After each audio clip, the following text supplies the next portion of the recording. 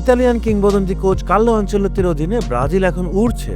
সেলেসাওরা এখন শুধু ম্যাচে জিতছে না, বরং প্রতিটি ম্যাচেই দেখাচ্ছে নতুন কিছু। আর সেই নতুন ব্রাজিল দলকে ঘিরেই ভক্তরা স্বপ্ন দেখছে হেক্সা বিশ্বকাপ শিরোপা জয়ের। দক্ষিণ কোরিয়ার বিপক্ষে ৫-০ গোলের জয় দেখা গেল এমন এক ব্রাজিল যারা আক্রমণে দ্রুত, ডিফেন্সে সলিড এবং ট্রানজিশনের নিখুঁত। আজকের বিশ্লেষণে দেখা যাক কিভাবে ব্রাজিল এই ম্যাচে গড়ে তুলল দ্য রিয়াল ব্রাজিলের রূপ। সিউলের রাতটা শুরু হয়েছিল একটা প্রশ্ন নিয়ে, আর তা হলো রাফিনহা, নেইমারদের ছাড়া আনচেলত্তির 4-2-4 ফরমেশনকে সত্যিই কাজ করবে কোরিয়ার বিপক্ষে। তাই এই ম্যাচটা ছিল পরীক্ষার মঞ্চ, কারণ দক্ষিণ কোরিয়া এমন একটা দল যারা চায় সবসময় আক্রমণ করতে এবং প্রেস করে খেলতে, কিন্তু ব্রাজিলের মতো টেকনিক্যাল দলের বিরুদ্ধে সেটাই আসলে আত্মঘাতী। আর এই জায়গাতেই আনচেলত্তির পরিকল্পনা দারুণভাবে কাজ করেছে।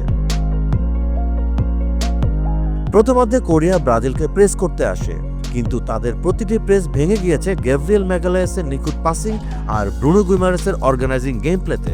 মিডফিল্ডে ক্যাসিমিরো এবং ব্রুনো একসঙ্গে শুরু করলেও খেলার সময় দেখা গেল ব্রুনো অনেক সময় উপরে উঠে যাচ্ছেন দ্বিতীয় প্লে মেকার হিসেবে। আর এমনটাই ছিল দক্ষিণ কোরিয়ার বিপক্ষে কোচ কার্লো আনচেলত্তির ট্যাকটিক্স, কারণ এই সিস্টেমের মূল দর্শন হলো fluid attack with high press, অর্থাৎ সামনে 4 জন ফরওয়ার্ড, মাঝখানে 2 জন বল কন্ট্রোলার আর পেছনের ডিফেন্সকে অল্প সংখ্যায় রেখে পুরো মাঠ দখলের চেষ্টা। আর ম্যাচের শুরু থেকেই বোঝা যাচ্ছিল আনচেলত্তি তার দলের কনফিডেন্সের সীমা টেনে দিয়েছেন অনেক দূর পর্যন্ত। মূলত ট্যাকটিক্সটার নামেই 4-2-4, কিন্তু মাঠে নামার পর সেটা দ্রুতই রূপ নেয় 3-2-5 ফরমেশনে। ম্যাচে দেখা যায় রাইট ব্যাক দানিলো আগাচ্ছেন মাঝ মাঠে, মিলিতাও এবং গ্যাব্রিয়েল ম্যাগালায়েস খেলছেন হাই ডিফেন্স লাইনে। এই শেপে বল পায়ে ক্যাসিমেরো নিচে নেমে 3 জনের পাসিং লাইন তৈরি করেন, যা দিয়ে ব্রাজিল বলকে দ্রুত মুভ করায় এক উইং থেকে আরেক উইংয়ে। 13 মিনিটে ব্রুনো গুইমারেসের কার্লিং পাসে এস্তেভাওয়ের গোল, আর এই সিকোয়েন্সটাই আনচেলত্তির দর্শনের নিখুঁত প্রতিফলন। মাঠ জুড়ে একটানা 16টি পাস, মোট 9 জন খেলোয়াড় যুক্ত সেই বিল্ড আপ শেষে ব্রুনো গুইমারেসের চোখ ধাঁধানো থ্রু পাস আর 17 বছরের কিশোর এস্তেভাওয়ের নিখুঁত ফিনিশিং। এক কথায় বলা যায় প্রথম গোলটি ছিল এমন এক শিল্পকর্ম যেখানে বিল্ড আপ, কুইক রোটেশনের সঙ্গে স্পার্ট রান ইনটু দ্য বক্স ছিল, অর্থাৎ এক কথায় এটি ছিল পিওর পজিশনাল প্লে। এই ম্যাচে ব্রাজিলের নতুন সেন্সেশন এস্তেভাও শুধু গোলই করেননি, তিনি খেলার গতি পাল্টে দিয়েছেন।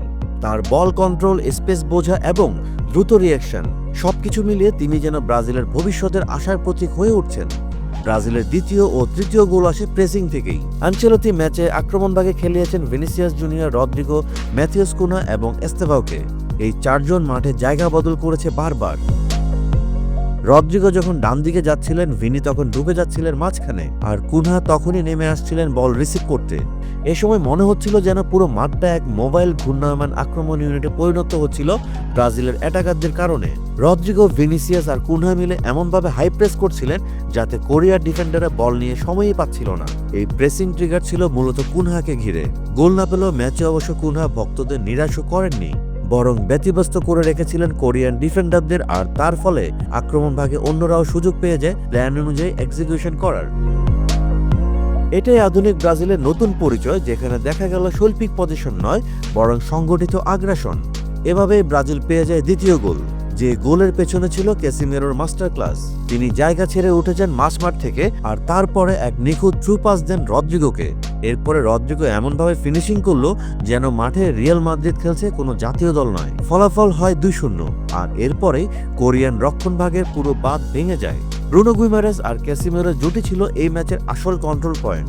দুজনই বল হারানোর সঙ্গে সঙ্গে রিকভারি প্রেস চালু করেন। তাদের কারণে ব্রাজিলের ডিফেন্সে কখনো কাউকে বেশি নিচে নামতে হয়নি। এই দুজনই পুরো মাঠে টেম্পো কন্ট্রোলার হিসেবে কাজ করেছেন, যেখানে ব্রুনোর ভূমিকা ছিল বল ডিস্ট্রিবিউশন এবং ক্যাসিমেরোর দায়িত্ব ছিল প্রেসিং ব্রেক ও ট্রানজিশন কভার। বিরতির পর আনচেলত্তি বাড়িয়ে দেন ব্রাজিল দলের অ্যাটাকিং প্রেস।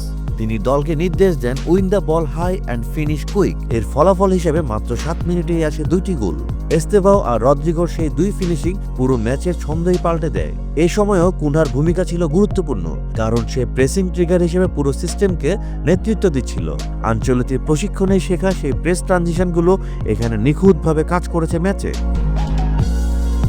ব্রাজিলের শেষ গোল আসে একদম টেক্সট বুক কাউন্টার অ্যাটাকে। কোরিয়ার কর্নার থেকে বল ক্লিয়ার হয়, আর এরপর ম্যাথিউস কুনহা দ্রুত কন্ট্রোল নিয়ে দিয়ে দেন থ্রু পাস। ভিনিসিয়াস বল নিয়ে ছুটে যান, আর এরপর 2 ডিফেন্ডার পেরিয়ে গোল। এদিন ডিফেন্সও অনবদ্য ছিল ব্রাজিল। মিলিতাও ম্যাগালেস জুটির কারণে পুরো ম্যাচে কোরিয়া মাত্র একবার অন টার্গেট শট নিতে পেরেছে। এই স্টেবিলিটি আনচেলত্তির কোচিংয়ের আসল সফলতা। 70 মিনিটের পর আনচেলত্তি ম্যাচটিকে রিহার্সাল হিসেবে নেন। তিনি একে একে মাঠে নামান Paulo Hendrick, Andre, Igor Jesus, Paqueta, Richarlison ও কার্লোস অগুস্তোকে। এ সময় ব্রাজিল দলের ফরমেশন হয়ে যায় 4-3-3 থেকে 4-4-2-তে। তবুও বল কন্ট্রোল অবশ্য ব্রাজিলের দখলেই ছিল। শেষ 20 মিনিটে তারা 70% সময় বল দখলে রাখে, যা দেখায় দলটি এখন শুধু স্কিল নয়, বরং ম্যাচ ম্যানেজমেন্টও উন্নত। দক্ষিণ কোরিয়ার বিপক্ষে এই ম্যাচের সবচেয়ে গুরুত্বপূর্ণ দিক ছিল ব্রাজিলের ভবিষ্যৎ দিনগুলো কিভাবে খেলবে তার একটা ডিজাইন বা স্ট্রাকচার সম্পর্কে ধারণা পাওয়া গেছে, যেখানে দলের সবাই জানে কে কোথায় থাকবে, কে কি করবে এবং কিভাবে খেলবে। যে কারণে এই ম্যাচে ডিফেন্সে গ্যাব্রিয়েল এবং মিলিতাও খেলেছেন সাহসী পাস। ডান পাশে ভিতিনা ক্রমশ শক্তিশালী হয়ে উঠছেন। মিডফিল্ডে ব্রুনো গুইমারেস এবং ক্যাসিমেরো জুটি বল লুজ করলেও প্রেসিংয়ে ছিলেন তারা দারুণ কার্যকর।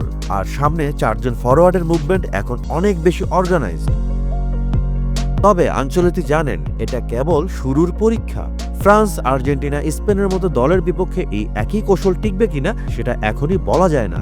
আর তাই তিনি পরবর্তী ম্যাচগুলোতে অতিরিক্ত একজন মিডফিল্ডার যুক্ত করার পরীক্ষাও চিন্তাভাবনা করতে পারেন, যেখানে এশিয়া সফরে পাকেতা বা পরবর্তীতে রাফিনা ঢুকতে পারেন ইনসাইড ফরওয়ার্ড হিসেবে।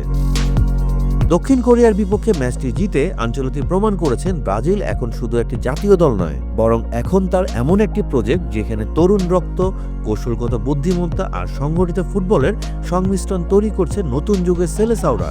প্রশ্ন এখন একটাই, 2026 ফুটবল বিশ্বকাপে কি এই রিয়াল ব্রাজিল ফিরিয়ে আনবে দ্য বিউটিফুল গেমের সেই পুরনো সৌন্দর্য?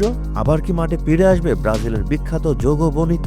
ব্রাজিল ভক্তরা কি 2026 ফুটবল বিশ্বকাপ জিতে নিজেদের কাঙ্ক্ষিত হেক্সা শিরোপা জয়ের স্বপ্ন পূরণ করবে? উত্তরটা জানা যাবে সময় এলেই। তবে তার আগে আপনার মতামত জানাতে পারেন কমেন্টে।